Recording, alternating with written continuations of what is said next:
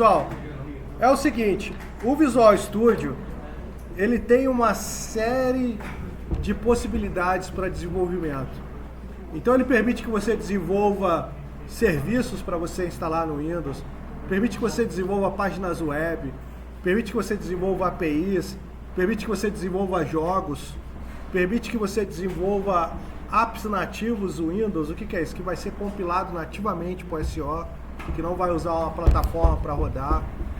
Ele permite que você desenvolva para mobile, ele tem toda uma plataforma para desenvolvimento mobile, dentro de uma única ferramenta. A grande vantagem de você utilizar o Visual Studio é que a plataforma é toda integrada. Você não precisa compilar a parte do código em um lugar, compilar a parte do código em outro, depois juntar tudo para você utilizar. Ou quando você vai testar, você testar em outro lugar. Você não precisa ter esse tipo de artifício. Ele faz tudo para você. Ele tem alguns recursos de ferramenta Rapid Application Development, né, ferramenta RAD. Então tem algumas coisas bem interessantes para você utilizar. O que faz dele, na minha visão, sem sombra de dúvidas, a melhor ideia de desenvolvimento já criada até hoje. É o Visual Studio da Microsoft. Existem outras ideias boas? Existem. O VS Code é uma boa, tem ideias boas de outras linguagens também, mas a melhor, a mais integrada, que funciona de forma mais otimizada, na minha opinião, é o Visual Studio, Microsoft Visual Studio. Ele ainda tem algumas outras coisas, que é suporte a múltiplas linguagens, ou seja, você pode desenvolver em Visual Basic.NET ou em C#.NET de forma nativa, e você pode instalar pacotes de linguagens adicionais, que ele vai funcionar com as linguagens adicionais. Beleza? Uma outra coisa bem interessante é o idioma. Eu sempre habilito o inglês também, porque eu não gosto de desenvolver nela em português, porque na época que eu iniciei o desenvolvimento não tinha ideia em português, eu tive que me habituar com todos os termos em inglês, e aí tem termos que eu não sabia nem a tradução, só sabia o que fazia em inglês. E aí para eu me habituar em português eu ia gastar muito tempo, então eu ainda uso ela em inglês, que eu gosto de usar ela em inglês. Os pacotes que a gente vai usar, na nossa aula, vai ser desenvolvimento desktop. Vai ser esse pacote aqui que a gente vai usar. Mas quando você instalar, eu recomendo que você instale ASP.NET, desenvolvimento web. Se você quiser usar Node, instalar o pacote Node. E algumas outras coisas adicionais, desenvolvimento de plataforma universal, mobile, etc. E de componentes individuais, só se você precisar que você vai mexer nesse cara aqui, que são alguns componentes adicionais que você pode colocar para o seu desenvolvimento. Mas para a nossa aula mesmo, a gente vai utilizar desenvolvimento web e desenvolvimento desktop. São esses dois caras que a gente vai usar. Beleza? Tem alguns componentes interessantes que você pode habilitar no desenvolvimento desktop, que é de integração local, que aí você pode vir aqui e marcar as coisas adicionais desse lado aqui. Se você quiser usar, ele vai estar disponível, desenvolvimento desktop. Então, nesses componentes adicionais. Então, quando você instalar, aí ele vai baixar 10, 20 gigas para fazer essa atualização necessária. Eu não vou instalar porque o meu já está instalado, tá? Pode falar. Cara, existe a versão do Visual Studio para macOS, se não me engano. Mas o Core roda também no Linux. Se você criar um programa em ASP.NET Core, você consegue subir ele no servidor Linux também. Ele roda no Linux. O desktop não, o desktop só roda no Windows. Porque eles usam as bibliotecas do Windows para fazer as instâncias de formulário, etc. E ele precisa ser instalado local na máquina. Tá? Qual que é o lance? Qualquer aplicativo criado com a Framework ou com a Core, você vai precisar ter a Framework ou a Core instalado na máquina na versão que ele vai usar. Porque ele usa o conjunto de bibliotecas da Framework ou da Core para fazer. A Core 8 não funciona nos Windows mais antigos. Então você vai conseguir usar só aí do Windows 10 para cima. A Core 8, que é o que a gente vai usar. Mas a .NET Framework 4.0, por exemplo, funciona no Windows 7. Se você programar em .NET Framework, ele vai rodar no Windows 7, sem problema nenhum. Então isso vai depender aí do ambiente que você vai rodar também. existe uma diferença bem significativa da .NET Framework para a .NET Core. A .NET Framework evoluiu até a versão 4.8 alguma coisa. Aí eles mataram a .NET Framework e relançaram o pacote com o nome de Core. Aí saiu na versão 1.0, 2.0, hoje ele está na Core 8.0. Né? Mas não tem... As bibliotecas são totalmente diferentes da biblioteca do .NET Framework. Ela foi criada para ser mais leve, para ser multiplataforma, a Core. Bem diferente da Framework, que era bem amarrada com a Framework e com o guia utilizar. O próprio desenvolvimento web em Core é completamente diferente do desenvolvimento web com .NET Framework. São coisas completamente diferentes. Um era totalmente dependente do IIS e na .NET Core desenvolvendo para web, ele usa um servidor próprio que roda em qualquer serviço, roda em qualquer servidor web. É basicamente isso, é multiplataforma o .NET Core. Essa é a ideia. Como a gente não vai ensinar coisas do passado, a gente vai trabalhar o Visual Studio com o .NET Core. O Visual Studio vem se atualizando com as Core novas, aí lançam aqueles pacotes de 10 GB que você viu lá, que aí ele já se adapta a Core nova para fazer. Visual não tem, né? Então o Visual Studio é uma ferramenta enorme, só que a gente precisa saber 20% dele para usar 80% do que a gente precisa. Não tem muito mistério as coisas. Quando você abre a primeira vez, você estranha, porque tem muita informação na tela, né? Tem muita informação na tela. Eu vou mostrar em inglês as telas, a não ser que vocês preferem que eu demonstre em português o projeto, para vocês olharem. Né? Eu uso ele no idioma nativo. Já tive que usar ele uma vez em alemão, porque foi uns alemães lá na fábrica que levaram o Visual Studio em alemão. Não foi uma experiência agradável. Né? Mas em inglês é fácil de usar e eu prefiro, porque se você pegar uma outra ideia que esteja em inglês também, os termos são os mesmos. Fica fácil de você usar. Então a primeira coisa que a gente vai fazer aqui, ó, a gente vai, esse aqui, criar um novo projeto aqui, Create a New Project, pra gente olhar. Esse clone repositório aqui é para você baixar um projeto do Git. Tem um projeto do Git lá que você tem o link, tem o usuário e senha para conectar no Git. Você vai baixar esse cara com esse clone. Né? Open Project Solution, você vai abrir um projeto que já esteja salvo no seu computador para você continuar o projeto. Open Local Folder, ele vai abrir a pasta inteira local com tudo que tiver dentro dela. A gente vai criar um novo projeto para a gente entender esse passo a passo, né, de como é que funciona. Então é exatamente essa loucura aqui quando você abre o Visual Studio a primeira vez. Ó. Tem todos esses tipos de projeto, cada subtipo aqui, ó, cada tipo desse tem um monte de subtipo para você usar. Né? Tudo isso são projetos diferentes que usam templates diferentes para necessidades diferentes, tá bom?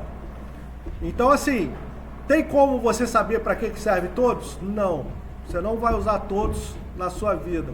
É igual o cara que não vai malhar porque ele não quer ficar igual o Arnold, né? Nem se você malhar a sua vida inteira e tomar todas as bombas que você conhece, você não vai ficar igual ele. Não precisa ter essa preocupação, né? É isso. Né? Então, ele fornece isso aqui, mas a gente vai usar de acordo com a nossa necessidade, os projetos. Tudo bem? E tem aqui essas linguagens que a gente pode também, que já estão nativas nele, para a gente usar. Beleza? C#, C++, F#, alguma coisa de JavaScript, Python. Né? São projetos diferentes com coisas diferentes. A gente vai usar o C# na nossa aula. O C# já é uma linguagem mais utilizada no mundo afora. Ele é parecido com Java, a sintaxe é parecida com Java e é parecida com o C, né? E é parecida com o Python também em alguns aspectos. Então assim, você acaba andando em todos esses mundos, se ambientando. É uma linguagem de fácil compreensão. Pelo menos para mim, que trabalho desde 1998 com ela.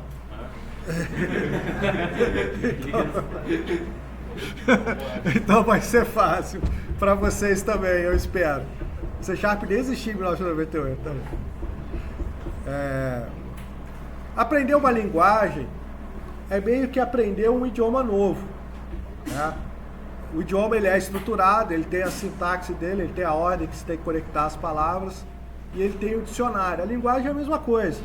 O universo é bem mais reduzido com a linguagem natural, para o computador entender, interpretar e criar o programa a partir daquela linguagem. Então, assim, é normal que no começo a gente sinta a mesma dificuldade que a gente sente quando a gente está aprendendo um novo idioma. Qual que é a vantagem que vocês têm? Vocês já viram Python, vocês já viram SQL, que são duas linguagens diferentes. Então, quanto mais linguagem você aprende, mais fácil fica de você aprender uma nova linguagem. Porque as estruturas se repetem, a forma como você pensa se repete, fica fácil de você desencadear o seu pensamento para você dar continuidade na linguagem nova.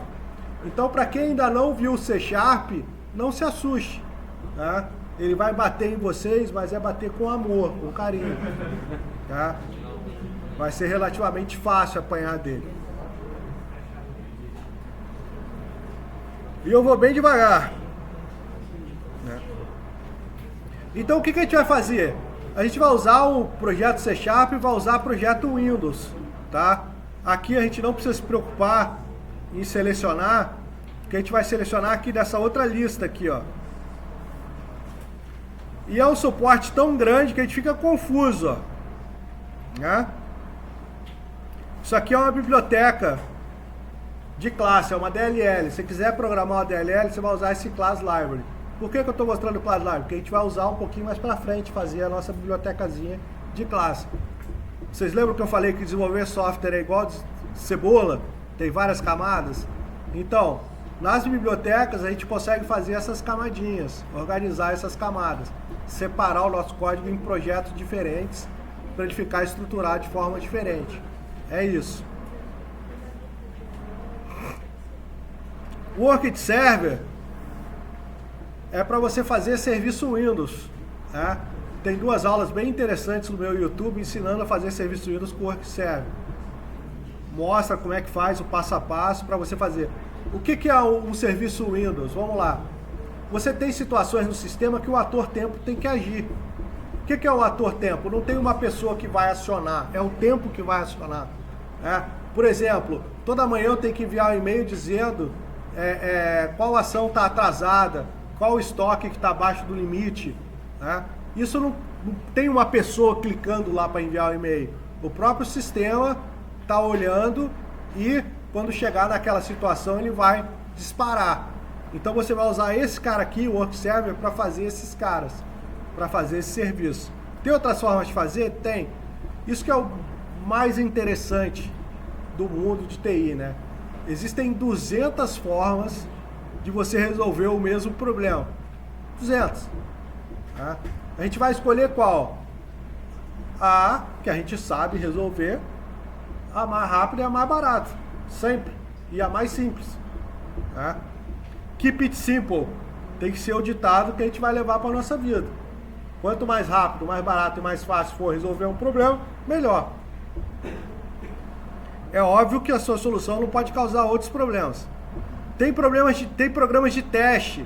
Programas de teste são interessantes porque permite que a gente vá para uma outra vertente da programação, que é a automatização de testes. O que a automatização de testes vai permitir para a gente? Vai permitir para a gente testar todo o aplicativo toda vez que for dar um build e distribuir.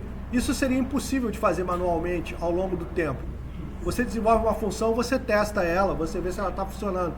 Mas toda vez que você fizer qualquer alteração no seu software, você vai conseguir testar todo o seu software? Não. Se você não utilizar teste automatizado, é impossível você fazer isso. E aí quando você fala do que está na moda hoje, vamos falar aí de metodologias ágeis que estão na moda, pouca documentação, o tempo todo a equipe envolvida com código, equipes com alta rotatividade. Se você não tiver fortemente baseado em testes automatizados, você não tem como garantir que uma mudança sua não teve um impacto negativo em outros lugares do software. É isso.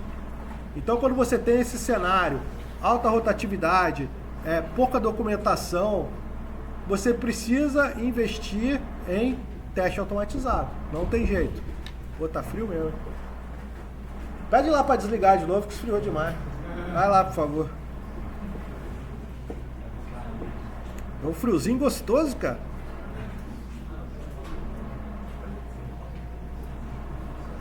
Então tem esses dois caras aqui, ó. Windows Forms App, tá vendo? Windows Forms App. Esse cara aqui é para criar o EXE tradicional.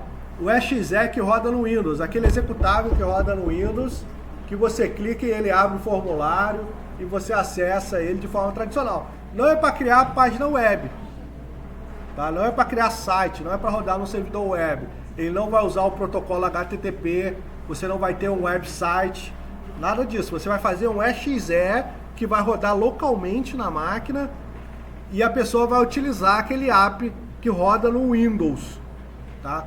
Ah, professor, isso é retrógrado, né? Olha só, existem milhares de problemas para a gente resolver. Nem todos você vai resolver com o site. Nem todos a forma mais rápida de resolver vai ser site ou vai ser possível de resolver com o site. Por exemplo, você tem que fazer um programa que vai ler uma porta de um equipamento, né? Um programa que roda na rede interna de uma empresa, que não precisa estar num site. Você quer fazer um aplicativo rápido que vai rodar em algumas estações do seu trabalho. Isso não quer dizer que os dados ficam locais não, tá? Os dados podem ser distribuídos através de serviços web ou através de conexão direta com o banco de dados, não tem problema nenhum. Os dados podem estar no sistema gerenciador de banco de dados centralizados ou até mesmo na nuvem, tá? Não tem nenhum tipo de problema em relação a isso. A diferença é que o EXE, ele roda local, roda na máquina. Ele usa a memória da máquina para rodar, ele é instanciado na máquina e tudo que acontece vai acontecer na memória local. É isso. Só que para confundir mais a nossa cabeça, tem dois, né? Tem aqui o Windows Forms App e o Windows Forms App. Só que um safado aqui tem entre parênteses .NET Framework. Tá vendo? O que acontece? Esse aqui é o antigo. É o PA Framework que eu falei que evoluiu até a 4.8 alguma coisa. Esse aqui já é para .NET Core. Tá? Eles são dois projetos diferentes, porque eles funcionam de formas diferentes e algumas coisas e alguns suportes são diferentes. Até pouco tempo atrás, o Windows Forms da .NET Framework estava muito mais evoluído do que da Core. Que quando eles desenvolveram a Core, eles falaram, eu nem vou fazer o Windows Forms. Não quero mais fazer essa porcaria. A Microsoft falou assim. Mas aí a comunidade de desenvolvedores falou, pô, isso é bom pra caramba, faz também. Aí a Microsoft montou um grupo que trabalhou para fazer o Windows Forms que vem evoluindo na Core também.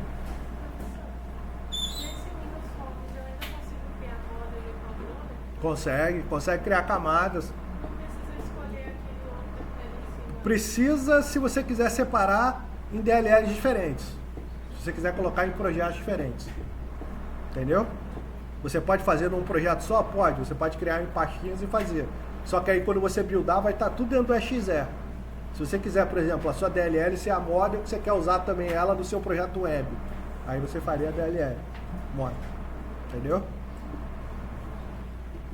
E tem outros projetos aqui, ó. WPF é uma coisa que vocês nem ouviram falar. É uma tecnologia que nasceu e morreu antes de vocês conhecerem. É, o Silverlight. Vocês não ouviram falar de Silverlight, né? Ou Windows Presentation Foundation. Vocês também não ouviram falar disso. Que era a ideia era o quê? Era ser um Windows Forms com layout mais rico, com a cara mais bonita. Porque o Windows Forms ele é bruto, ele é grosso, ele é chato. Ele não é bonitinho igual a web, que você pode fazer as coisas, colocar bordinha arredondada em tudo, que você usa Bootstrap, que a tela já sai bonitinha por natureza, você não precisa fazer muita coisa quando você usa um Bootstrap da vida, ou outras frameworks de layout, e por aí vai. Então o WPF é uma tecnologia que nasceu e morreu, apesar de ela estar aqui ainda, apesar de ela poder ser usada, ela nasceu e morreu antes dela ser adotada pela comunidade de desenvolvimento. Inclusive a gente já teve um projeto final aqui de Silverlight, um dos grupos fez o projeto de Silverlight. Foi a única vez que eu vi Silverlight sendo usado na minha vida. Foi um projeto final aqui. Test Project a gente vai usar. Quando a gente começar a trabalhar com o banco de dados, eu vou dar uns Test Project para você ver como é que funciona. A gente vai testar os nossos repositórios, vai fazer insert, update, delete nas classes de repositório, usando Test Project primeiro antes de fazer o form. Tem algumas coisas que eu nunca tive curiosidade. Aqui, suporte ASP.NET, Class Library do .NET Framework, diferente daquela Class Library que eu mostrei que é da Core. Também tem isso. Se você faz um projeto em Framework, a Class Library tem que ser da .NET Framework.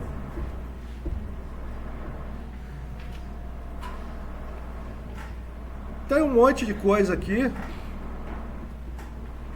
A maioria a gente não vai usar. Então qual que a gente vai usar agora? A gente vai usar o Windows Forms. Esse carinha aqui, ó. Windows Forms App. Tá?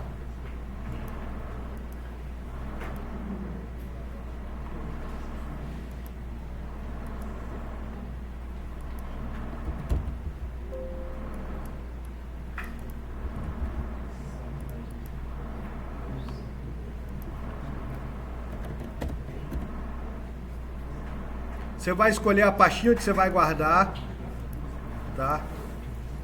E aqui, o seu projeto, ele é dividido em dois caras, tá? Você vai ter a sua solução, ela vai ter vários projetos, tá? Você pode ter vários projetos na sua solução. Você pode ter lá, eu tenho aqui o serviço Windows, eu tenho aqui uma página web, eu tenho aqui um desktop, eu tenho aqui um pedacinho de celular, são vários projetos diferentes. Por que agrupa na mesma solução? Porque você pode utilizar as mesmas camadas em projetos diferentes. Por exemplo, eu fazer uma camada de API, de microserviços, que vai fornecer tanto para o projeto Windows, quanto para o projeto web, quanto para o projeto celular. E isso está no mesmo local, que faz parte da mesma solução que eu estou provendo. Então a gente tem o nome da solução e a gente tem o nome do projeto, tá? O que eu recomendo que a gente faça? Que a gente anote um padrão do projeto, sempre ter o nome da solução, ponto, nome do projeto na frente. Porque aí eu vou ter vários projetos que vão estar agrupados dessa forma. Né? Eu vou ter, por exemplo, lá, aula edb01.model. Vai ser minha camada de dados. Aula edb01.repositório. Se eu tivesse a camada de repositório separado. Aula edb.01 API. Minhas APIs lá. Beleza? Então aqui eu vou chamar aqui de Windows. Não vou marcar essa opção, vou dar o Next.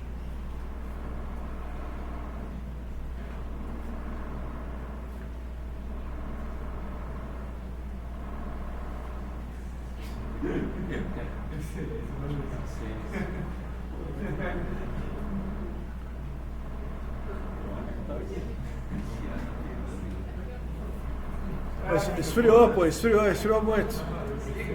Pode desligar, por favor. Fora que ele tá com um barulhinho gostoso, né? Acende a janela, é ótimo. Abre a janela aí pra gente, por favor. Bem, pessoal, agora a gente escolhe a versão da Core que a gente quer desenvolver, tá? Vai aparecer aqui nessa versão do Visual Studio as Core que o Visual Studio suporta. Ele vai se atualizando, porque enquanto não lançar um Visual Studio novo, ele vai suportar todas as novas Core. Mas quando sair o Visual Studio novo, vai sair com uma Core que só esse Visual Studio novo funciona. É isso. Pode fazer na Core 8, na .NET 8. Eles até tiraram o Core do nome, né? Agora chamam só de .NET. Mas o Core vem da criação deles. E aí você vai desenvolver tudo na Core 8. É isso. Vamos criar E ele vai pegar o template do Windows Forms e vai jogar aqui pra gente trabalhar com esse template.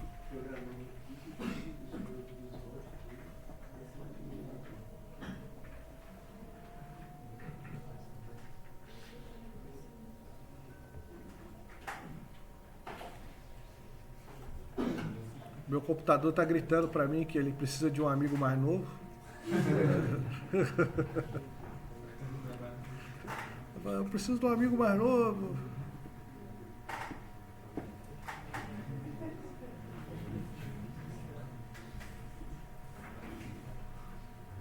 Bem, aqui que começam as nossas dúvidas, né? O que é isso tudo aqui?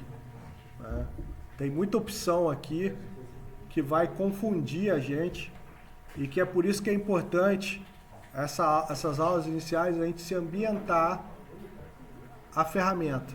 Essa é a ideia. Tá? Então é uma ferramenta bastante pesada em relação ao conjunto de opções, mas nós também de início não utilizaremos todas essas opções. Esse é o grande lance.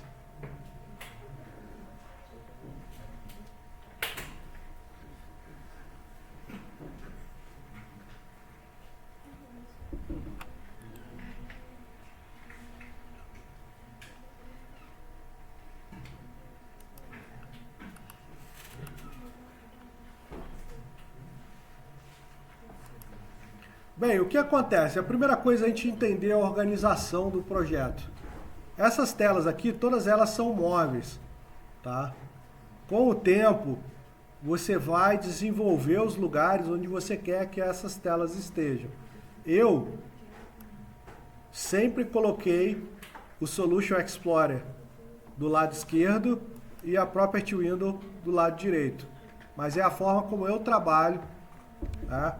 Desde a época que eu programava em Visual Basic 6, eu sempre organizei meus projetos dessa forma. Então, para mim, é antinatural se tiver em outro lugar. Né? Antes de começar a trabalhar, se eu abro um Visual Studio na máquina que eu não conheço, eu organizo a tela para um jeito que eu não precisa perder tempo pensando onde está tal coisa. É isso, eu já sei que vai estar ali. Né? Tem uma característica bem legal aqui que elas escondem. Ó. Se você trabalha com monitor pequeno, você pode trabalhar dessa forma, que elas escondem, elas abrem, né? Mas o ideal para você ser produtivo é você ter um monitor suficientemente grande para você trabalhar com tudo aberto, para você não perder nem tempo abrindo e fechando as coisas. Né? Já fica aberto para você enxergar o que acontece e você vai trabalhar aqui no meio, no seu código. Ela é uma ferramenta tão legal que você pode colocar a parte do código, por exemplo, no outro monitor. Você olha uma parte num lugar e faz o código no outro monitor, não tem problema nenhum. Se você tiver 2 monitores, ele permite que você trabalhe dessa forma.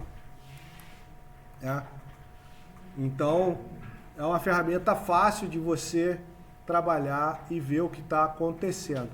Nos sistemas Windows Forms, a gente consegue visualizar o layout aqui. Ou seja, o layout ele é visual, você consegue montar o layout clicando e arrastando. No desenvolvimento web, não. No desenvolvimento web, você vai colocar o HTML, estruturar o HTML e formatar com CSS. E vai aparecer na tela com CSS. E aí você vai precisar executar no browser para você ver como é que está o seu layout de fato. Qual que é a vantagem? Você tem templates integrados do Bootstrap no ASP.NET MVC daqui. Ele já sai com o Bootstrap e o jQuery integrado. Você não precisa se preocupar em baixar, instalar, etc. Já está integradinho quando você fizer a programação da web. E tem uma outra vantagem que é a estrutura do ASP.NET MVC ou do Razor. Ele permite que você faça páginas de layout e essa página já traz tudo para você. Você só vai se preocupar em programar o centro da página ali, que é onde estão estruturados os campos, as tabelas, etc. Os menus já vão estar programados na página de layout, que é o que você vai usar. E todos os scripts já vão estar carregados também nessa página de layout. Essa é a ideia. Você não precisa ficar preocupado com include em cada página que você desenvolver, nada disso. Já você monta a página de layout, depois você usa ela. E você pode ter várias páginas de layout diferentes. Você pode ter página de layout com menu e sem menu. né, com caras diferentes para a área administrativa e para a área do civil comum, né? Não tem problema nenhum. Então, nesse centro aqui, vai estar tanto a parte de layout, quando for possível ver, quanto a parte do código. O código também vai aparecer nessa parte central, né? Aqui que a gente vai fazer a nossa codificação e que vai entender como isso funciona. Eu vou explicar a codificação com calma, né? Eu vou explicar a codificação com calma. Ele amplia a fonte, diminui a fonte. É muito fácil também aqui com o mouse. Tem alguns recursos bem interessantes. Se eu der 2 cliques aqui, ele abre. Esse cara aqui é como se fosse o Windows Explorer do seu projeto. Né? É como se fosse não, ele é o Windows Explorer do seu projeto. Só que ele tem o nome de Solution Explorer. O que é importante a gente ver aqui? Como ele organiza isso aqui lá no arquivo físico. Tá? Porque ele faz uma organização lá no arquivo físico. A mesma coisa aqui, ó. Aqui eu tenho a Solution, aqui eu tenho o projeto Windows que eu fiz. Ó. Então os dois aqui bonitinhos. A Solution e o projeto. Não vou mexer nesse cara aqui, nunca mexam em que vocês não sabem. Regra número 1 quando você usa uma ideia de desenvolvimento. Se você não sabe o que é, não altere. Né? E você pensa assim, gente, eu trabalho com essa ferramenta desde a versão, o Visual Studio específico, desde a versão Beta 01. Né? Em 2002, 2001, eu comecei a mexer com o Visual Studio. Meu TCC foi feito em 2003, foi feito na Framework, na .NET Framework 2.0.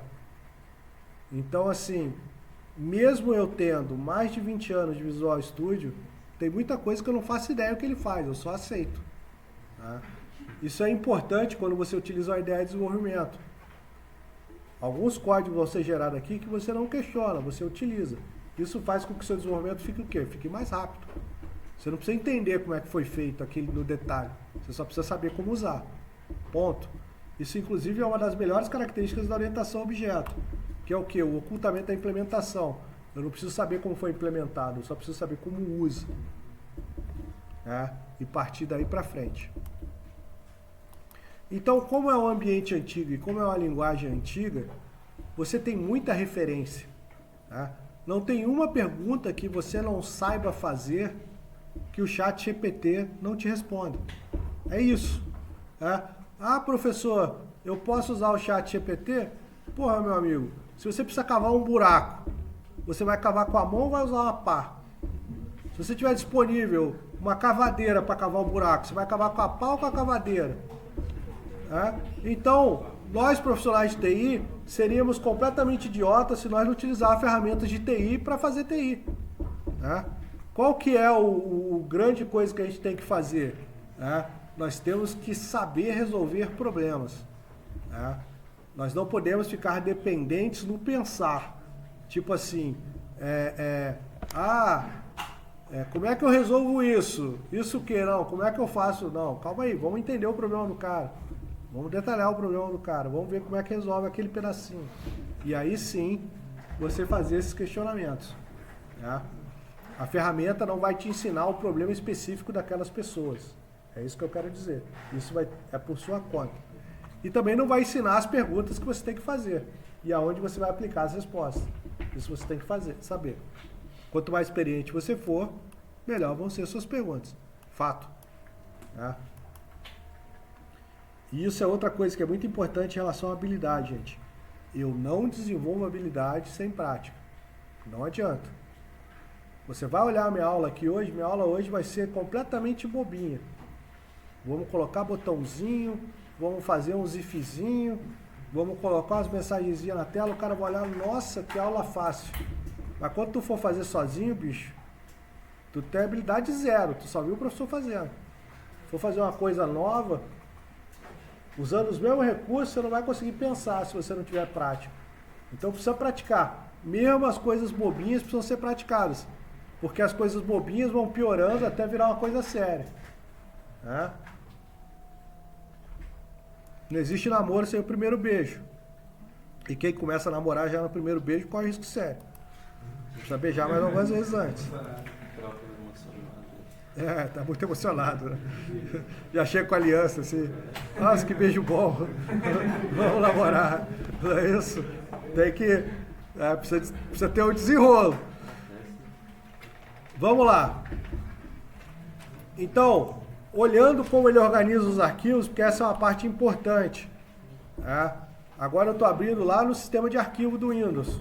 Ó, existe uma similaridade. Existe uma similaridade. Tá? Qual que é a similaridade? Ó? A solution tá aqui, ó, o arquivo da solution. Tá vendo?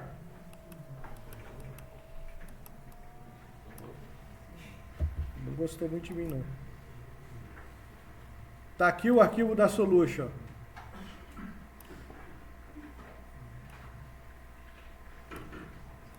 Aí entra o projeto, ó. O projeto está dentro de uma pasta.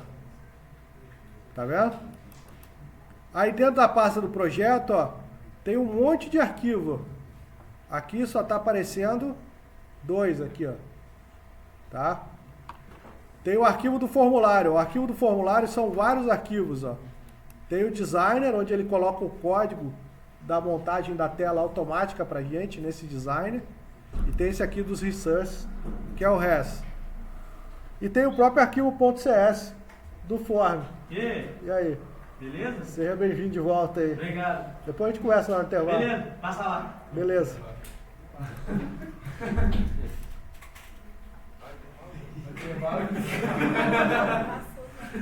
Já passou? Beleza, vamos continuar. O intervalo é agora, por isso que ele veio aqui, né? Caraca, tem outro inverso, E a program.cs, que é o arquivo geral de programa, onde estão as configurações iniciais do projeto que ele já criou pra gente.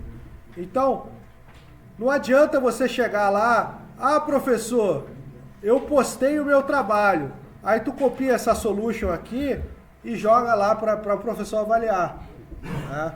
Essa solution aqui é um arquivinho texto, tá? Se você abrir ela com o Notepad, vai aparecer o conteúdo dela, que tem a organização da solution dentro dela. Não vai servir para absolutamente nada para avaliar. Então, quando você for entregar um trabalho, você tem que entregar todas as pastas. Né? Você tem que compactar todas as pastas e entregar tudo. Beleza?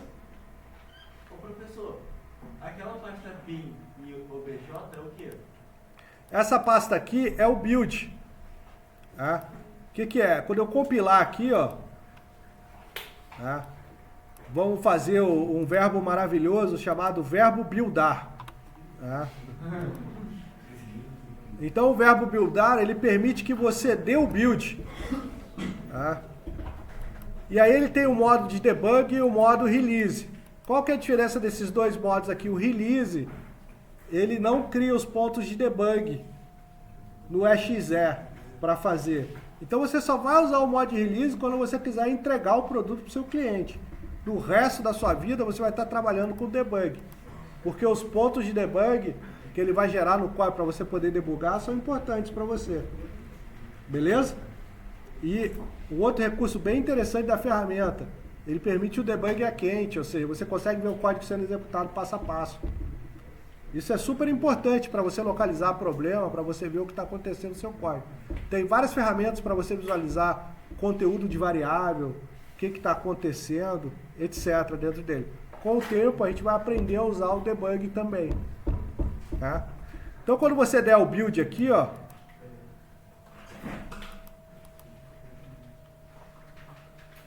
ele vai compilar o projeto, ele faz isso automático, você não precisa fazer mais nada, se não tiver nenhum erro de programação. Tem uma outra coisa que ele faz aqui, é que se tiver um erro de programação, ele pergunta se você quer continuar assim mesmo. Nunca continue. Corrija o erro antes de dar o build.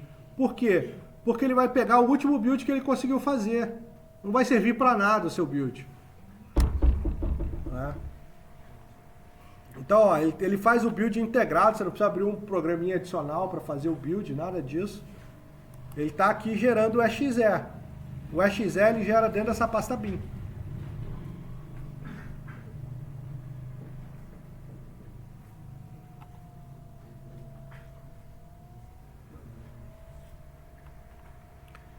Acho que a minha máquina está lenta, que tem outro, deve ter um outro usuário logado nela.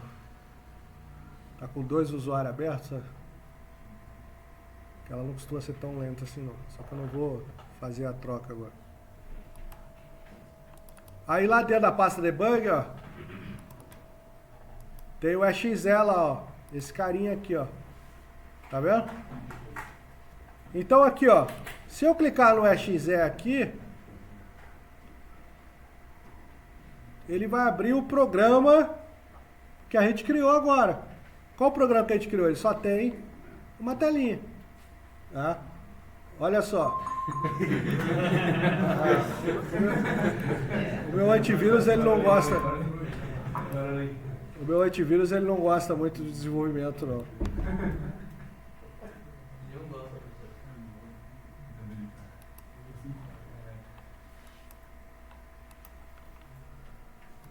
Então aqui a aula de hoje tá bom, vocês já aprenderam a maximizar, minimizar e fechar a tela. Perfeito por hoje. Muito obrigado, pessoal. Até a próxima aula. Aí no dia que vocês forem fazer a prova, eu quero que vocês façam um sistema para acessar 5 tabelas do banco de dados.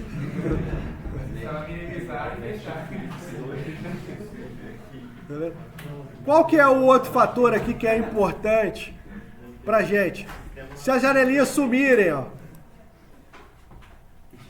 As janelinhas sumiram, o que que eu faço? Pô, tem muito aluno que fica perdido. Né? A janelinha sumiu, professor. Eu abri o Visual Studio e não aparece nada. Né? O que que eu faço aqui, professor? Acabou tudo, eu não sei mais o que fazer. Né? Aqui no menu View, Solution Explorer apareceu aqui do lado, tá? Menu View, a nossa barra de propriedade aqui, Property Windows, cadê ela? Ali no final. Tá aqui no finalzinho, se você apertar F4 também ela volta.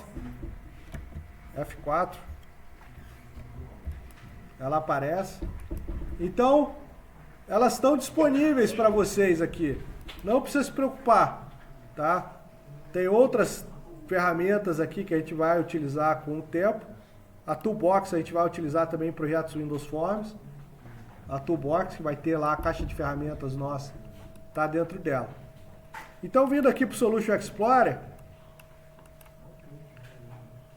a gente tem aqui navegar, e aqui que a gente vai fazer o nosso interação com os objetos de programação para a gente acessar um formulário diferente, alterar uma classe, parte do código, etc. E aqui é a caixa de propriedade onde eu vou alterar as propriedades em tempo de desenvolvimento. Então existem 2 tempos que são importantes para a gente, tá? Que é o tempo de projeto. Quando você lê um artigo em inglês vai estar escrito como Design Time, é o tempo de projeto. A tradução mais correta para o português é tempo de desenvolvimento, vamos dizer assim, que é onde você consegue alterar as características do seu projeto pela Property Windows, mudando a cor ou colocando a posição. E você tem o tempo de execução, que é o runtime. Né? O tempo de execução está executando o seu código e você só consegue alterar coisas do seu projeto com o código executado. Eu quero alterar a cor de fundo em um formulário, tem que ter um código que vai alterar a cor de fundo daquele formulário, que vai ser acionado. Eu quero adicionar um item em tal lugar, tem que ter um código que vai adicionar o item nesse lugar, para fazer. Então, o tempo de projeto, eu monto o esqueleto, eu programo, eu configuro o projeto como quer funcionar, e no tempo de execução, eu vou ver o meu código funcionando. Entenderam a diferença? Então, é o Design Time e o Runtime. São 2 coisas diferentes. E aqui a gente tem, ó. Esse aqui é o botãozinho de Run. Né? Executa. Tá? Então a gente vai usar muito esse botãozinho aqui, ó. Pum. Para colocar o projeto para rodar, para a gente ver como é que ele está funcionando. Vocês viram acessando o exe direto aqui, mas eu não vou fazer dessa forma. Eu vou simplesmente mandar executar aqui, ó. E ele vai compilar o projeto e abrir o formulário. Eu estou vendo aqui em tempo de execução, o Visual Studio está monitorando o que está sendo executado aqui. Eu posso colocar pontos de parada no meu código para ver o que está acontecendo. Né? fazer o debug a quente aqui do que está acontecendo, ele vai mostrar para mim o debug. E aí quando eu interrompo, ele volta para o estado original. Só que ele só consegue fazer esse runtime se não tiver erro de programação. Se tiver erro de programação, ele vai pegar o último exe que ele conseguiu compilar. Porque ele tem que compilar o exe, coloca os pontos de debug dentro do exe para que a gente consiga fazer o debug e usar dentro do Visual Studio. É dessa forma que ele faz. Então aqui, ó, na classe de programa aqui, tem a famosa main, né, que é o Public Static Void Main do Java. Em outras linguagens tem o main, que é o programa inicial. E no projeto Windows Forms, você vai instanciar o seu formulário principal. O seu formulário principal vai ficar instanciado o tempo todo e ele vai abrir os outros formulários para você fazer o seu projeto. É dessa forma que funciona. Quando você renomear aqui, ó, eu vou renomear aqui para FRM principal. Nunca apague a extensão, tá? O Visual Studio, geralmente ele se perde quando você apaga a extensão e tenta pôr de novo. Então assim, renomeie, mantendo a extensão bonitinho, tome esse cuidado. Aqui eu estou renomeando o arquivo fisicamente. Eu não estou renomeando ele. Ele até pergunta se eu quero renomear o código, o elemento de código. Tá vendo? Ele está falando, ó, você renomeou o arquivo fisicamente. Você quer renomear o elemento de código dele? Aí eu falo, quero. Ele vai renomear. Tá? E aí ele alterou aqui, ó, para FRM principal e alterou dentro da classe aqui, ó, para FRM principal. Tá? Esse é o código do meu formulário. Se você observar aqui, ele está herdando de uma classe form. Essa classe form que tem aquele conjunto de características que vocês estão vendo aqui, ó. Tá? Ele está usando o conceito de herança, aquele 2 pontos é herança. Está herdando da classe form, então ele está assumindo que essa classe FRM principal é uma classe do tipo form. Tá? E esse initialize componente aqui, ó, na verdade esse código aqui, ele está remetendo para esse cara aqui, ó, o designer.cs. O designer.cs tem o método initialize componente, que é onde ele inicializa todos os componentes que estão no form. Beleza? Eu preciso alterar esse cara aqui? Não, eu aceito ele. Não mexo nele. Eu só vou mexer nele quando eu tiver problema. Quando que eu vou ter problema? Por exemplo, ele criou o método load aqui e colocou aqui por delegates para acessar esse método load. Se eu apagar ele na unha aqui, ó, vou apagar o load na unha aqui, ó. É? Na hora que eu for acessar o meu formulário, ele vai dar pau. Ele vai falar, opa, você está com um problema. Aí você vai clicar aqui, ó. Tá vendo? Aí eu vou apagar aqui na mão. Só isso, com muito cuidado.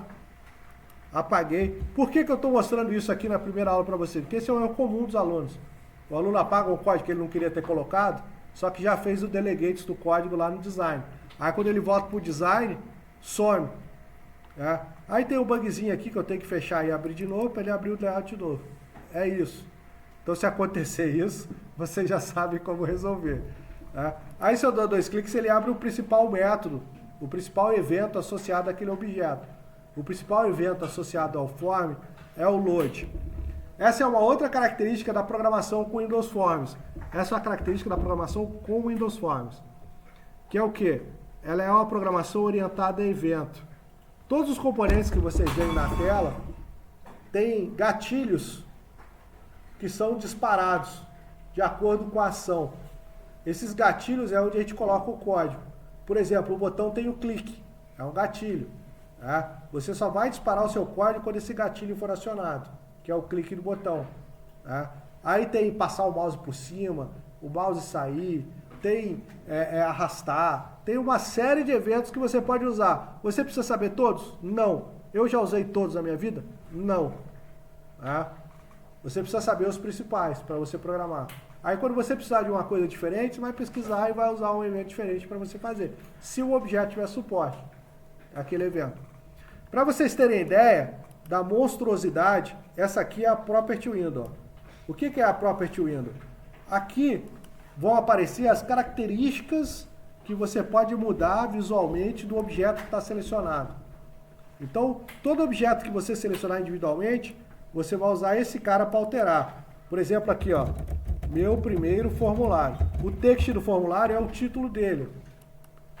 Então aqui eu estou em tempo de desenvolvimento, estou alterando características do formulário e o formulário está assumindo essa característica, não tem código nenhum ainda.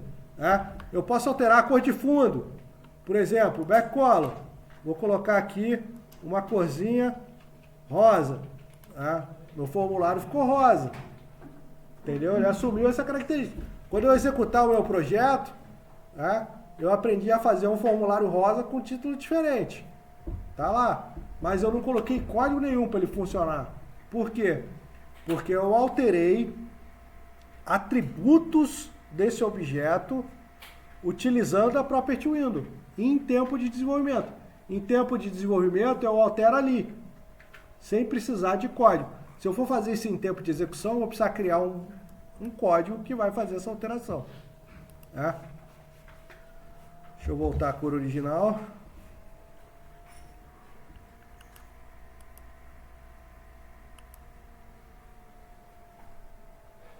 Nem sei qual que era a cor original agora. Vou colocar um cinzinho aqui para ficar legal. Tá? Então é isso. E tem todos esses atributos aqui, ó. Startup Position, pô, eu quero que abra sempre no centro quando ele abrir. Né? Ou que ele abra no centro do pai que abriu ele. Né? A borda, Form Border Style. Eu quero que ela seja redimensionável. Não, eu não quero. Eu quero que ela seja fixa. Eu quero que ela seja do tipo de dialog. Então eu posso mudar as bordas aqui. Né? A toolbox dele, a caixinha de cima aqui. Eu quero tirar o botão de maximizar. Tirei o botão de maximizar. Então você consegue configurar o seu formulário clicando no botão para ele funcionar de acordo com a sua necessidade. Só que é impossível você fazer um programa só alterando o visual aqui e ele fazer o que você quer.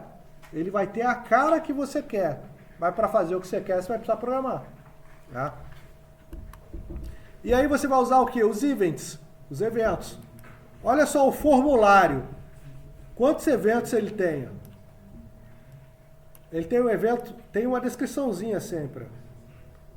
Tá? Ele tem um evento quando é ativado, quando o tamanho dele é alterado, quando executa o auto-validate, quando a backcolor é alterada, quando a imagem de fundo é alterada, quando o layout da imagem muda. Então tem eventos aqui que eu nem sei o que faz. Quando dá clique, quando dá double clique, quando é desativado. Você pode colocar códigos diferentes em cada um desses caras aqui. Só que você vai fazer isso em todo o formulário? Não. Claro que não. Não faz o menor sentido. Você vai usar 1, 2, 3 eventos desses, no máximo. É uma situação muito específica, você vai usar outras coisas. Por que tem tantos? Porque esse componente aqui é um componente fechado. Você não consegue pegar aqui o form, vou criar o meu form aqui. Você até pode herdar e fazer coisas novas nele, não tem problema. Mas esse aqui está fechado, é um componente programado pela Microsoft e foi disponibilizado no Visual Studio. Você vai usar as coisas dele que estão disponíveis. Só que ele tem que prever o máximo de possibilidades possíveis para quê? Para você usar ele no máximo de coisas possíveis que você queira usar. E é por isso que ele tem tanto event. Você precisa se preocupar em aprender todos? Não. Eu preciso me preocupar em aprender o quê? Os principais.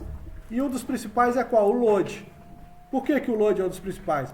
Porque o load ele ocorre antes do formulário aparecer na tela, enquanto ele está sendo carregado. Só que é antes dele aparecer na tela. É aquele load do jogo que você ainda não viu o jogo, sabe? Que você fica ansioso. É o load aqui. Só que no load, você tem que carregar uma série de coisas no seu form. Às vezes você precisa carregar dados, para já aparecer com dado. Precisa carregar as caixas de seleção, as combo box, para ela aparecer com dado. Né? Você precisa trazer aqui alguma característica do usuário, alguma coisa diferente, você vai usar o load para você fazer. Então o load ele é muito usado. Essa é a grande verdade dele. Assim como nos outros componentes. Onde é que estão os outros componentes? Os outros componentes estão aqui na toolbox. Tá? Se a toolbox aparecer aqui pra gente, eu vou agradecer.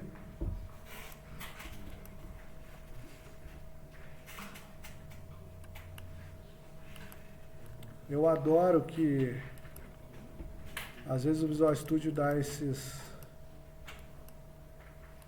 Tá com a toolbox aqui completamente diferente.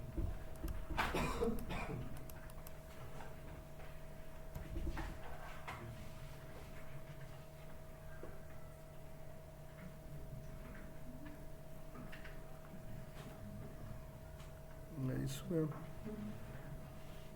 Só que ele não carregou.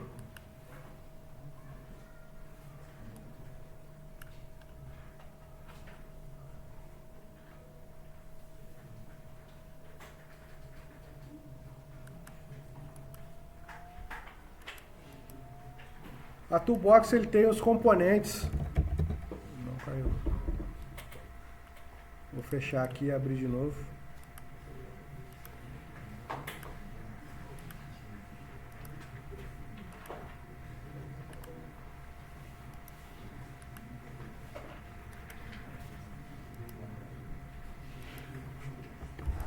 A toolbox tem os componentes que a gente vai arrastar para a tela para fazer a programação.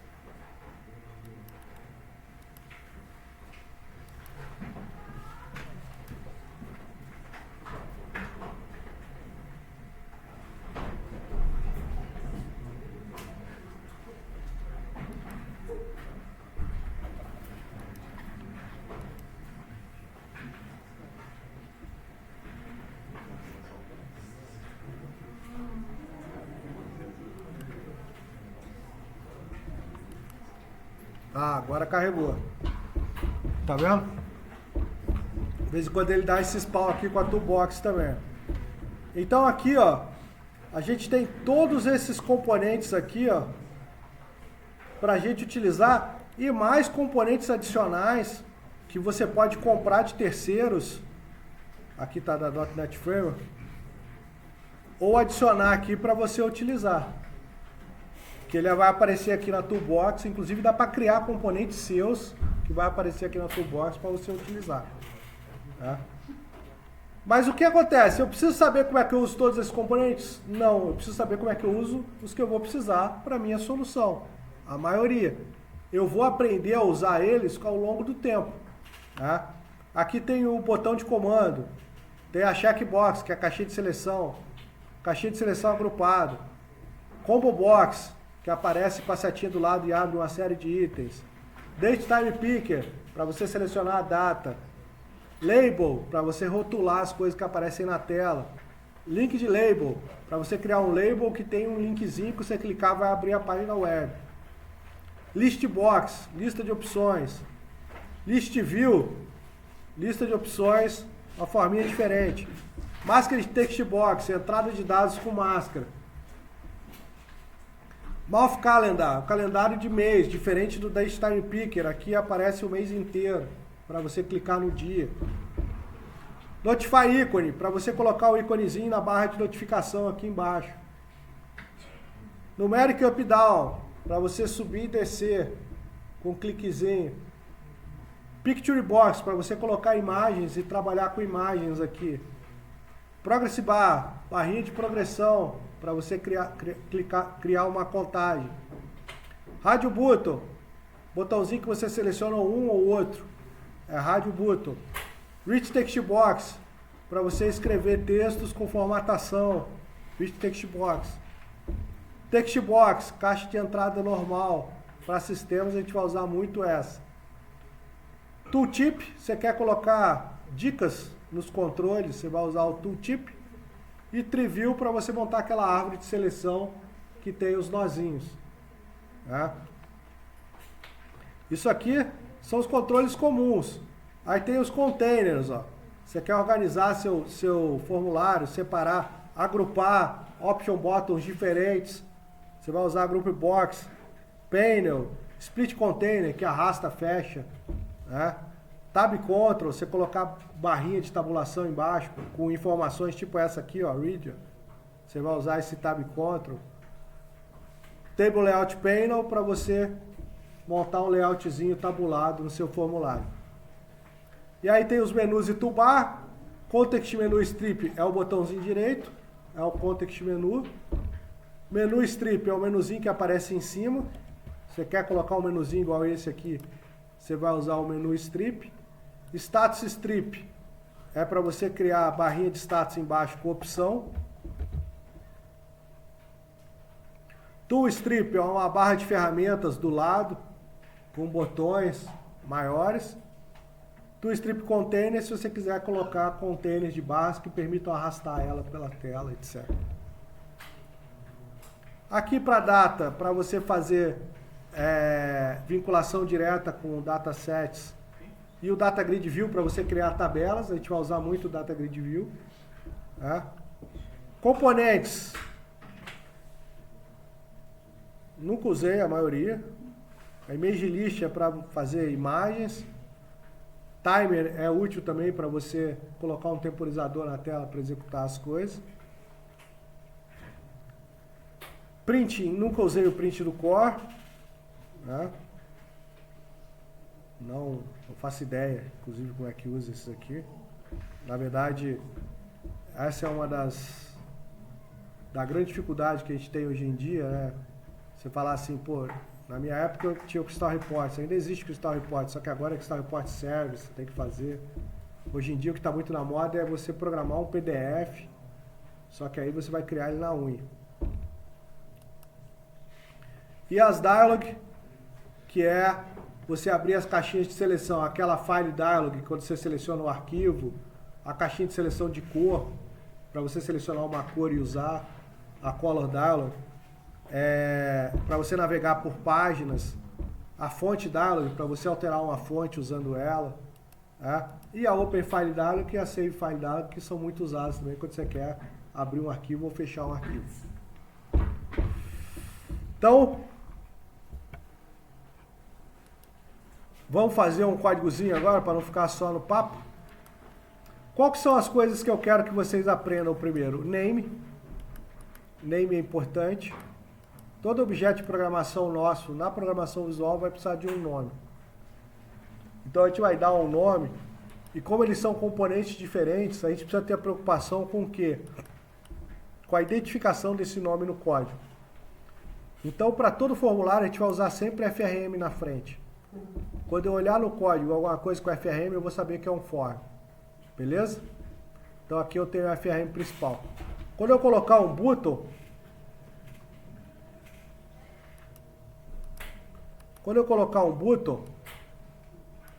tá vendo? Olha só como é que é interessante, né, gente? A property window mudou. Quando eu clico no form, aparecem as propriedades do form. Quando eu clico no botão, aparecem as propriedades do botão. O objeto que está selecionado aparece aqui em cima, ó, botão 1. Beleza? Então, eu altero a propriedade de acordo com o objeto que eu tenho selecionado. Por que eu uso o Windows Forms para ensinar para vocês C# ao invés de programação web? Porque eu monto a telinha clicando e arrastando. Por causa disso. Na web eu tenho que falar de HTML, de posição de componente. Né? Aqui eu quero mostrar a linguagem, fazer algo útil usando C#, algo rápido e algo que acessa banco de dados. Por causa disso. Então aqui eu vou fazer, por exemplo, um btn mensagem. Beleza? Botão, eu vou usar sempre btn. Show? Aqui estão as características do botão, ó. Se eu quiser colocar backcolor diferente, ó, vou colocar um backcolor diferentezinho aqui, ó. Ele vai assumir essa característica. O botão podia ter auto size ligado, podia estar ancorado. Eu posso mudar o tipo de flat dele. Ele muda o formatinho dele ali, ó. São formatos também que vão estar definidos. Ele não permite você fazer um botão diferente do que ele tem aqui nos possíveis, né? Você não vai criar, por exemplo, um botão redondo com a metade de uma cor e a metade de outra. Não vai conseguir fazer isso no Windows Forms. Na web você consegue, né? Tu mete um script lá no input type ou no button e ele fica redondo, fica triangular, você tem essa flexibilidade. Aqui não. Aqui o componente é fechado e você só aceita ele. Pronto. Por isso que os sistemas Windows Forms são feios em relação aos sistemas web. Tá? E o text, que é o que está aparecendo aqui em cima. Tá? Aqui eu vou colocar aqui, ó, a minha primeira mensagem. Beleza? Vou colocar aqui esse cara. Então o que acontece? Lembra dos events? O botão tem todos esses eventos aqui, ó. Todos esses eventos. Beleza? Qual é o evento que a gente vai usar? O clique. Clique é o principal evento do botão. Então, quando você clicar no botão, ele vai acionar esse camarada aqui, ó. Tá vendo? Olha só, o namespace do seu projeto. Lembra que a gente criou o projeto lá com aula AEDB01.Windows? Esse é o namespace. Ah, professor, eu posso mudar? Pode. Se você for lá em propriedades do projeto, tem algumas coisas que com o tempo a gente vai aprender a mexer, que são as características do projeto. Tá? São esses carinhas aqui, ó. Tá? Aqui é o nome do formulário e aqui são os eventos do formulário. Esse aqui é o construtor. O que é o construtor? Toda classe tem o construtor dela. O construtor ele executa quando é instanciado. Toda vez que é instanciado o objeto, toda vez que ele é colocado na memória, ele executa o construtor. Então aqui no construtor tem o mesmo nome da classe, ó, sempre. Ele executa inicialize o componente que a ideia está criando automática para mim. O que ela está criando automático? Se você olhar no design, ó, ela já colocou o botão aqui, ó. Não tinha o botão, lembra? Ela colocou aqui o botão. Eu adicionei o botão lá, ela fez o código para mim, ó. Já disse a posição, disse o texto, já colocou o clique lá para mim, está associando o clique ao botão. Então isso ela está fazendo automático, não preciso me preocupar. Está instanciando o botão aqui, ó. Tá vendo? Então tá tudo automático. Eu só preciso usar. E esse cara aqui vai ser acionado. Esse código que estiver dentro desse parênteses aqui vai ser executado. O código que está aqui dentro, quando você clicar. Assim como no load vai ser executado o código que está aqui dentro. Então os códigos ficam como se fosse munição dentro de um tambor de um 38. É exatamente isso. O código é aquela munição ali. Só que se ninguém puxar o gatilho, não faz nada. Entendeu? Só dispara quando alguém puxar o gatilho. Então é exatamente isso o seu código. Ele fica ali parado, não vai fazer nada até que alguém faça. Tá? Então, por exemplo, aqui, ó, vou colocar um label aqui, ó. Vou colocar um label aqui, ó. Tá? Label a gente vai usar sempre aqui no name o LBL.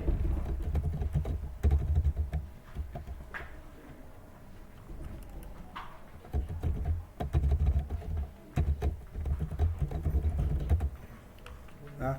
Aí tá com o outsize ligado, eu vou desligar o outsize, eu não quero o outsize. Ele tá sem borda, eu vou colocar uma bordazinha nele. Coloquei uma borda, vou mudar o backcolor dele. Vou colocar um backcolor branco. Tá? Vou tirar o text dele. Aí o meu label vai ficar aqui um carinha aqui onde eu vou colocar texto nele. Tá?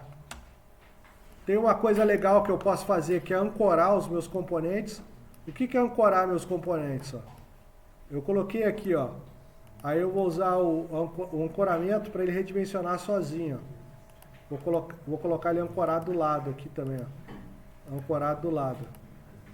O que isso significa? Coloquei código nenhum, só estou mostrando o recurso de desenhar a telinha para vocês até agora. Por enquanto a gente está aqui só como artista. Né? Fazendo um formulário muito feio. Quando você ancora, ó, ele redimensiona sozinho. Ó. Tá vendo? Isso pode não parecer importante, mas antigamente você tinha que programar isso aqui para ele fazer. Quando você dava o size do form, você tinha que dizer que o size do componente era tanto menos tanto. Cansei de fazer isso em Visual Basic 6, para redimensionar os controles. No evento size do form, programar para redimensionar alguns componentes. Agora não precisa mais. Isso faz automático. Então aqui eu vou colocar código.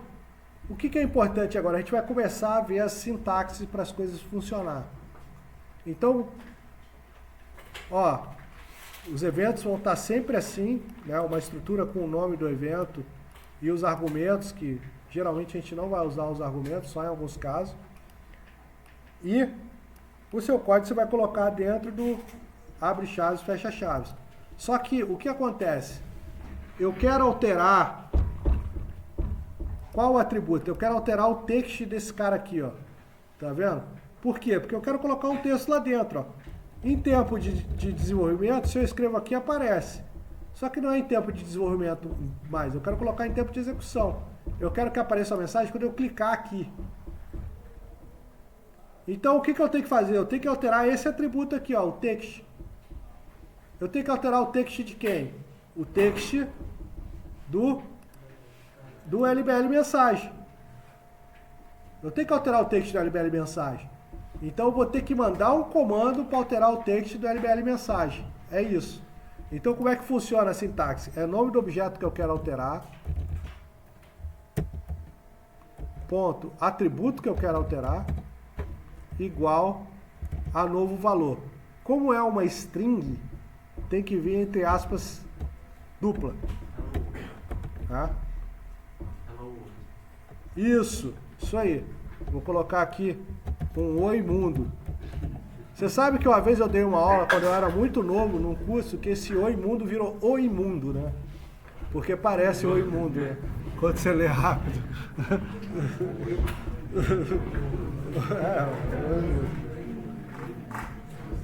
É igual você fazer a abreviação rápida de caso de uso. Você não pode fazer a abreviação rápida de caso de uso.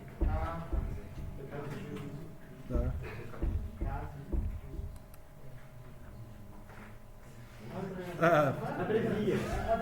Não pode.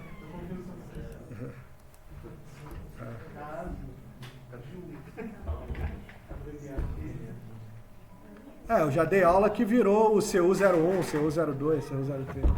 Aí depois que eu percebi que era uma abreviação muito ruim.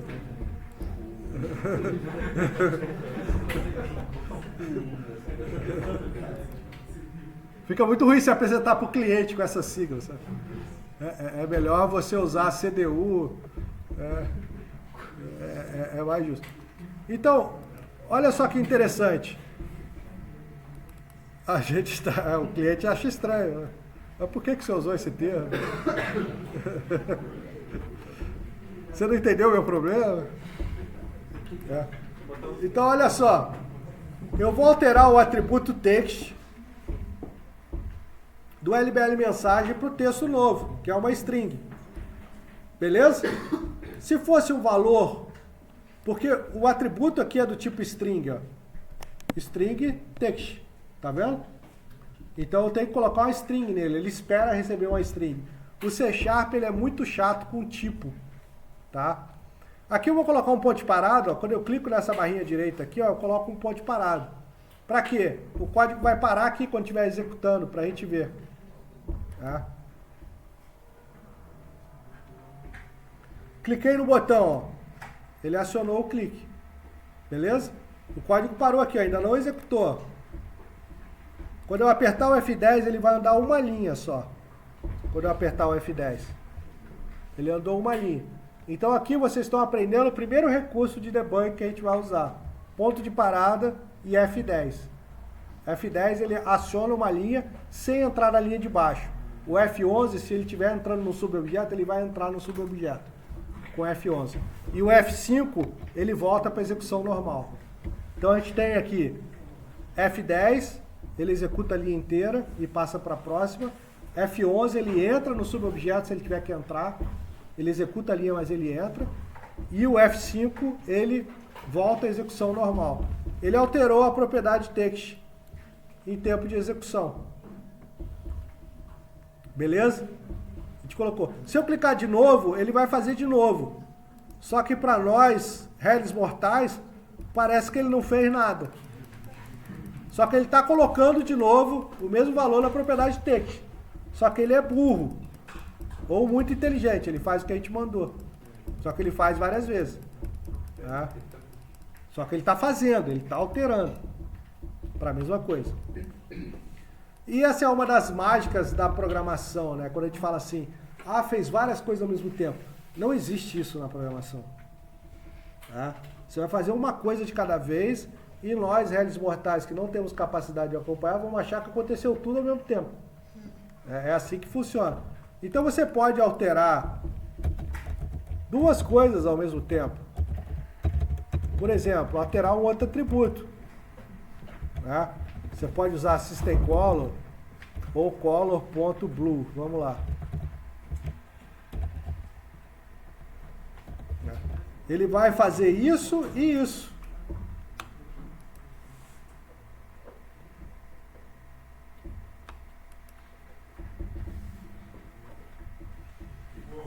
Beleza? Ele fez as duas coisas. Pra gente pareceu mágica. Né? Fez as duas ao mesmo tempo. Então o nosso programa vai ser uma sequência de comandos que a gente vai fazer, que vai ficar alterando as características dos objetos. Professor, você está falando que você vai ter comandos só que altera a característica? Não, eu vou ter comandos que vão salvar no banco de dados, que vão ler do banco de dados. Mas para o usuário, interessa o quê? As características da tela. Qual é a tela que ele interage. Então ele vai ver um registro na tela, ele vai clicar numa combo na tela, ele vai ver uma cor diferente na tela. É isso. Então, objeto, ponto, atributo igual a novo valor. É assim que funciona. Beleza? E a gente tem que aprender a usar os caras. Tá? Por exemplo, tá? Se eu quisesse aqui que se já tivesse preenchido com o valor que eu coloquei, eu voltasse para vazio. Tá? Toda vez que eu tenho uma condição, qual a estrutura que a gente usa? O if. Como é que é o if no C#? Tá? Abre e fecha parênteses, a condição vai estar dentro do parênteses, o else vai ser dessa forma, o if mais simples que a gente fizer. Então aqui, eu vou fazer o teste de condição dentro do parênteses. É igualzinho, o JavaScript usa a mesma sintaxe para o if, o C usa a mesma sintaxe, eu não lembro se o Python usa do mesmo jeito. Mas o if no C# é desse jeito. O Java também é assim, etc. Qual que é a condição que eu vou ver? Se o LBL mensagem está igual a vazio. O igual é igual de comparação. O igual com um só é de atribuição. Eu quero mudar o valor. Tá? Então se ele tiver vazio, eu vou colocar aquilo lá. Se ele tiver não vazio, eu vou colocar outra coisa. Qual cor que eu vou colocar?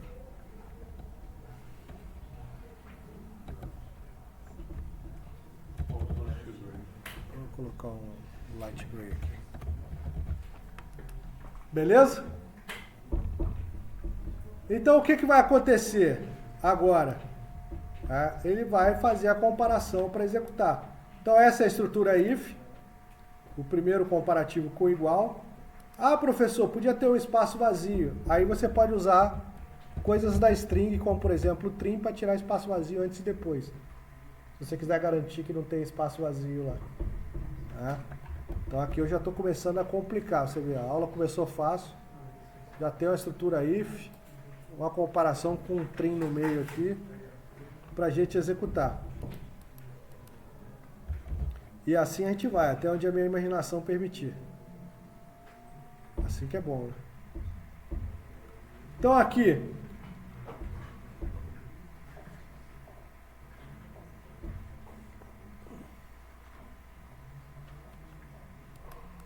ele está executando o projeto.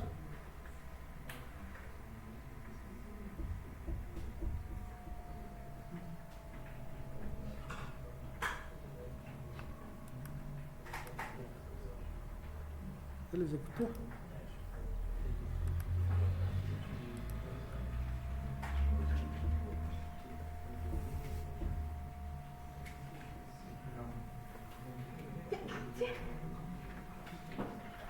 Acho que ele ficou bravo comigo.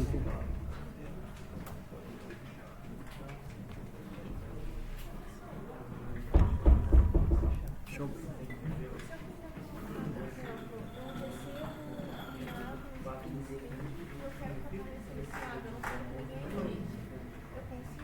Consegue qualquer coisa. Tempo versus esforço. Tá? Aqui, ó. Beleza? Agora ele faz ou uma coisa ou outra. Nosso botão. Tá? Agora, se eu quisesse colocar um botão aqui para alterar a cor do fundo do formulário, tá? Eu ia colocar um outro botão aqui.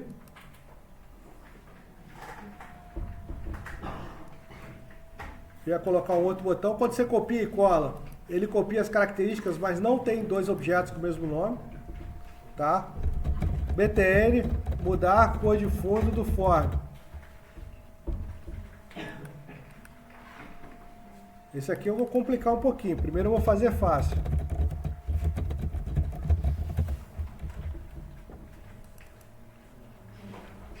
O formulário, isso aqui é interessante para a gente entender, porque o formulário ele é uma classe que já está instanciada.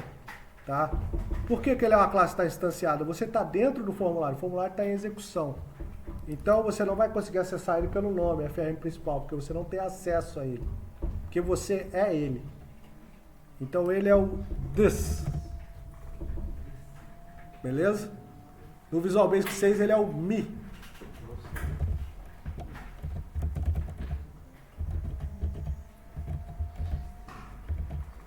Então esse botão vai fazer esse código aqui. Quando a gente clicar, ele fez o código. Show? É um azul diferente. Mas, pô, professor, você mostrou lá aquela color. Pô, será que a gente consegue usar aquele cara lá para alterar a cor de fundo do formulário? Hã? Pô, o professor mostrou aquilo lá, não vai usar? Lá na toolbox.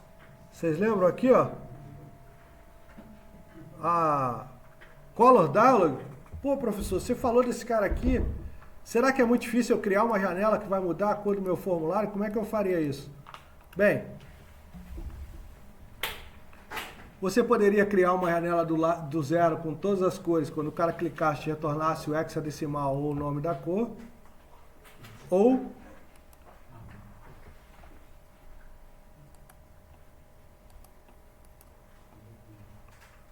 como todo bom cidadão, usar essa Color Dialog. Às vezes ele se perde aqui, você tem que fechar e abrir de novo. Aí eu vou jogar aqui essa Color Dialog. Esse é um componente que ele não aparece na tela, mas ele fica disponível para a gente usar na programação. Tá vendo? Ele não apareceu aqui, ó. Tá? E aí eu vou mudar, vou usar ela. Tá? Como é que funciona? Vou comentar, comentário, 2 barras comenta, ou barra asterisco, barra, tudo que eu comentar aqui é comentário. Show? Então eu posso comentar livremente, que o comentário não é compilado no código, mas se eu quiser explicar alguma coisa, eu explico via comentário. Agora eu vou abrir aquele Color Dialog. Então eu vou pegar aqui, ó. Eu só estou interessado quando o cara clicar no OK da Color Dialog. Eu não vou nem renomear ela, eu vou usar o nome dela que veio. Já traz aqui, isso aqui são os assistentes de programação, ó. Já traz o principal código que eu faria desse jeito que eu iniciei ela. Beleza? Um assistente de código pra gente.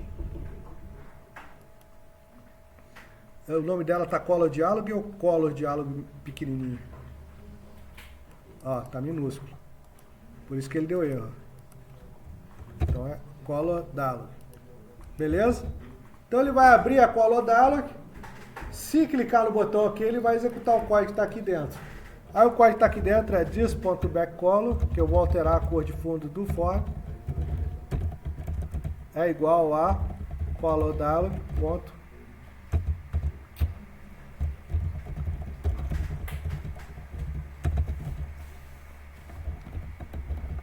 Deixa eu escrever, cara.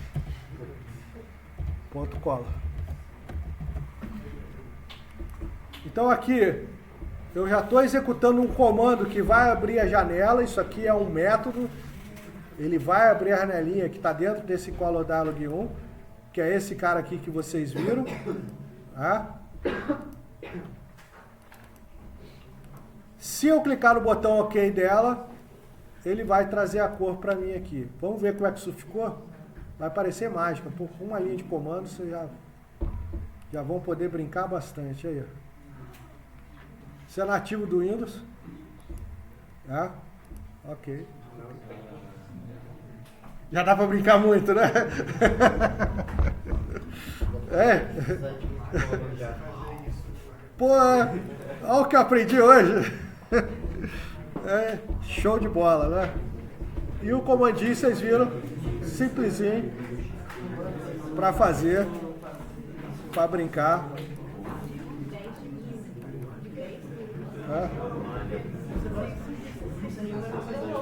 Essa foi para encantar, né?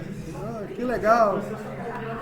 Abriu a tela tão bonita assim, eu nem sabia que dava para abrir essa tela bonita.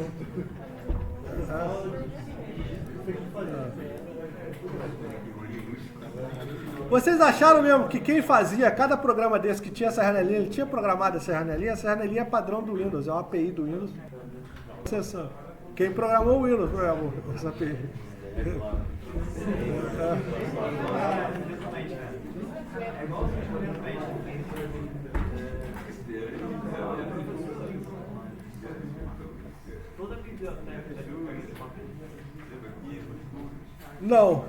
Não necessariamente. A API, como é que eu vou explicar a API? A API é um conjunto de interfaces de programação que vai ter um programa pronto que você vai usar as interfaces e ele vai dar o resultado que você espera. A gente está acostumado a escutar a API hoje, você fala assim, API web que recebe e cospe JSON. Hoje, o desenvolvedor novo só conhece isso. Quando eu falo API Windows, é uma biblioteca que eu tenho que me referenciar, com nome específico e que ela recebe parâmetros específicos para funcionar e ela traz coisas do Windows para mim. Mas é uma interação nativa. Eu tenho que fazer referência a DLL, tenho que fazer uma série de coisas. Mas também é API. Então a API é meio que uma interface para você usar um outro programa por código no programa que você está fazendo. Isso aí. É uma interface de integração de programas diferentes para você ter essa comunicação mais fácil. E outra pergunta, tinha dois argumentos ali no botão, que era event alguma coisa. Qual botão? Isso aí, Object Sender e event alguma coisa. O que são esses argumentos? Ah, não, isso aqui é o seguinte. Quando você clica no botão, esses caras aqui vêm carregados. Tanto o Event Args quanto o Sender. Em alguns casos você pode usar. Por exemplo, esse código aqui já está programado. Né? Só que o Sender é o botão que eu cliquei. Só que eu posso usar esse código de outro botão, aí o Sender muda. Entendeu? Esse Sender é para você saber a origem. É quem enviou o evento, quem acionou o evento. E esse Event Args é o evento do botão. Todo event tem esse Event Args, você pode mandar. Os Event Args. Pode vir coisas nele que são importantes para vocês. Só que geralmente você não vai usar, na maior parte dos casos. Principalmente para botão. Só quando você tiver essas situações que é importante você saber qual botão acionou e você programou em um botão só o código. Entendeu?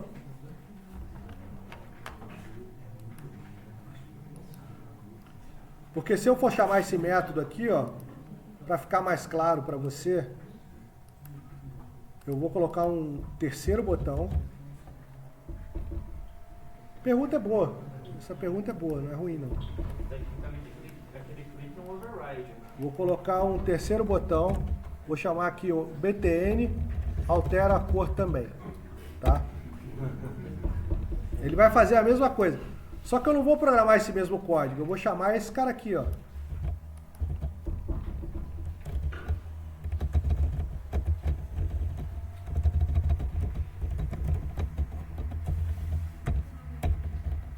Tá ok? Vai executar o mesmo código. Só que o sender agora é esse cara. Se eu parar aqui, ó, vou executar. Cliquei aqui, ó, olha o sender. O sender. Tá vendo? Ele traz o sender aqui. Se você pegar o sender name, deixa eu achar o name aqui, ó. Vai aparecer o nome do botão. Tá vendo? BTN mudar cor fundo forte. Que é o primeiro botão que clicou, é o sender. Então esse é o primeiro caso. Quando eu clico no cancel, ele não dá o ok lá no if, ele não altera a cor de fundo. Quando eu clicar no segundo, ó, o sender name mudou. Ó.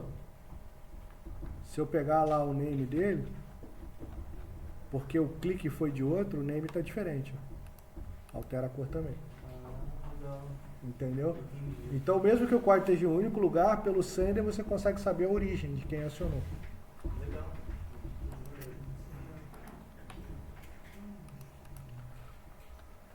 Bem, dando continuidade aqui a outro componente que a gente vai usar muito, é a Textbox. A Textbox ela vai ser a nossa amiguinha. A Textbox, que é a caixinha de texto tradicional. Tá? Quando você falar de desenvolvimento para banco de dados, em Windows Forms, a maior parte dos inputs de dados dos usuários vão ser feitos por Textbox. E é importante a gente saber da Textbox, porque ela tem alguns atributos que são interessantes. TXT é a sigla que a gente vai usar para Textbox.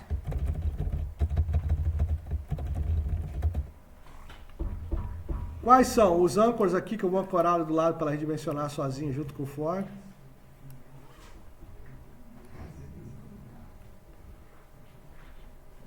Multiline. Se eu transformar em true, ele vai permitir que eu digite mais de uma linha. Se não, é uma linha só.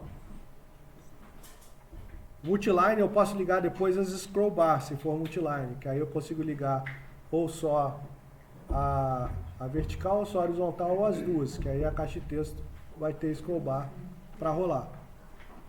E eu tenho aqui também um atributo que é importantíssimo para a gente, quando a gente estiver trabalhando com banco de dados, que é o max length. Por que que o max length é importante? Porque o seu banco de dados ele dá erro se você tentar salvar mais caracteres do que o campo aceita. É isso. Então eu não preciso ficar validando no código. Se o campo nome aceita 50 caracteres, o meu max length vai ser 50. O usuário não vai conseguir digitar mais que 50, eu não preciso validar isso. Entendeu?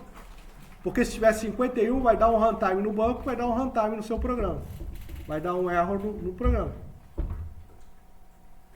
Vai ser dessa forma. Então a gente vai limitar a quantidade de caracteres ao que está limitado no banco de dados. Por exemplo, no banco de dados eu estou usando um campo int. Tá? Vou estar usando lá um inteiro no banco. Ele é limitado a 4 bytes. Então eu tenho que saber o número máximo que aceita e limitar a quantidade máxima de caracteres que esse número aceita, para você não ter que validar. É claro que você vai usar blocos de tratamento de erro no seu código, mas o ideal é você deixar não o erro chegar lá, entendeu? Você vai ter blocos try-catch nos seus principais eventos. Você vai ter, você quer ter tratamento de erro, você quer avisar o usuário quando acontecer algum problema.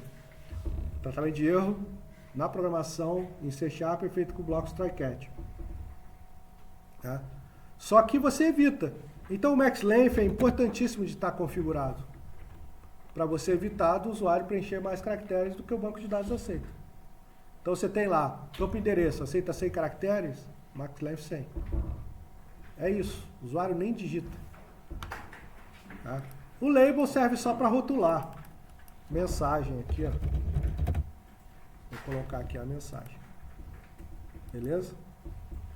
Então a caixa de texto ela tem a característica de quê? Tá? Ela permite que você digite as entradinhas limitado ao max length, e aí depois você vai pegar esse texto aqui que está na propriedade text e jogar onde você quiser. Tá? Por exemplo, eu vou... Olha lá, sumiu minha toolbox de novo. Toolbox teimosa essa. Eu vou exibir uma outra função que tem integrado aqui, que é a message box.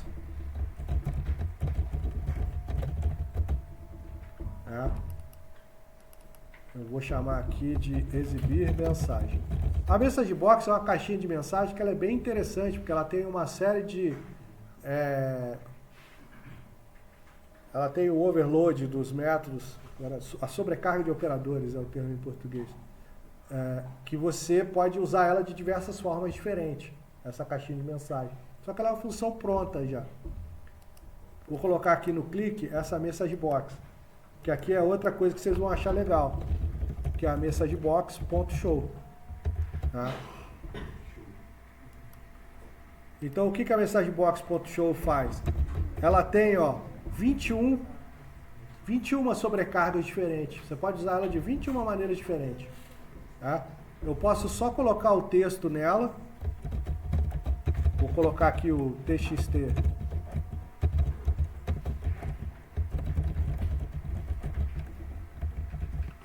Vou colocar aqui o txt-mensagem.text e ela vai exibir a caixinha de mensagem só com texto. Vamos lá. Coloquei o texto, exibi mensagem, teste. Trouxe aqui a caixinha de mensagem. Essa é usando só a forma mais simples dela. Fecho ela no OK ou no OK. Mas ela tem formas diferentes de usar. Ela pode ter um título. Aí ela vai se configurar diferente quando eu colocar um título.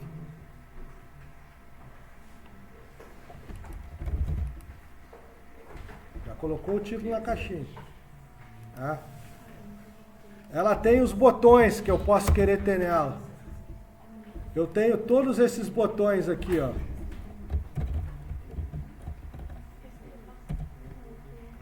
Todos esses formas de botões aqui, Ou yes, no, ou ok, cancel, ou cancel, continue, ou yes, no, cancel, abort, retry, ignore, cancel, try, continue, ok, cancel, retry, cancel, yes, no, cancel. Ela vai colocar os botões de acordo com o que eu colocar aqui. Eu quero só o ok. O terceiro é o ícone. Eu quero colocar um íconezinho nela. Message box icon. Aí eu tenho aqui esses ícones disponíveis. Error, information, warning, exclamation, stop. Então eu vou colocar aqui o exclamation. Aí a mensagem já vai mudar.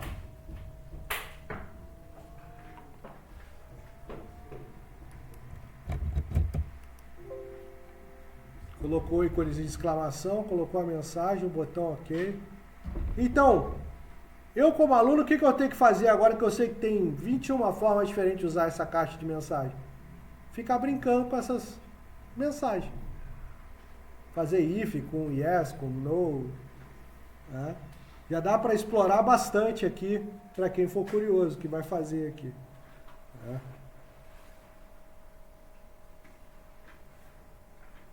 Estão rindo? Eu tenho um amigo que conquistou uma namorada com um programinha desse, chamando para sair, que clicava. Acontece. Você quer sair comigo? Sim. Aí o sim virava não, né? Ou não virava sim, né? Aí depois aparecia a agenda, né? Selecione o dia que você quer sair. O que você deseja fazer? Pô, é uma cantada genial, não é? Pessoal, eu acho que eu vou encerrar por hoje. Vou deixar para vocês fazerem isso agora.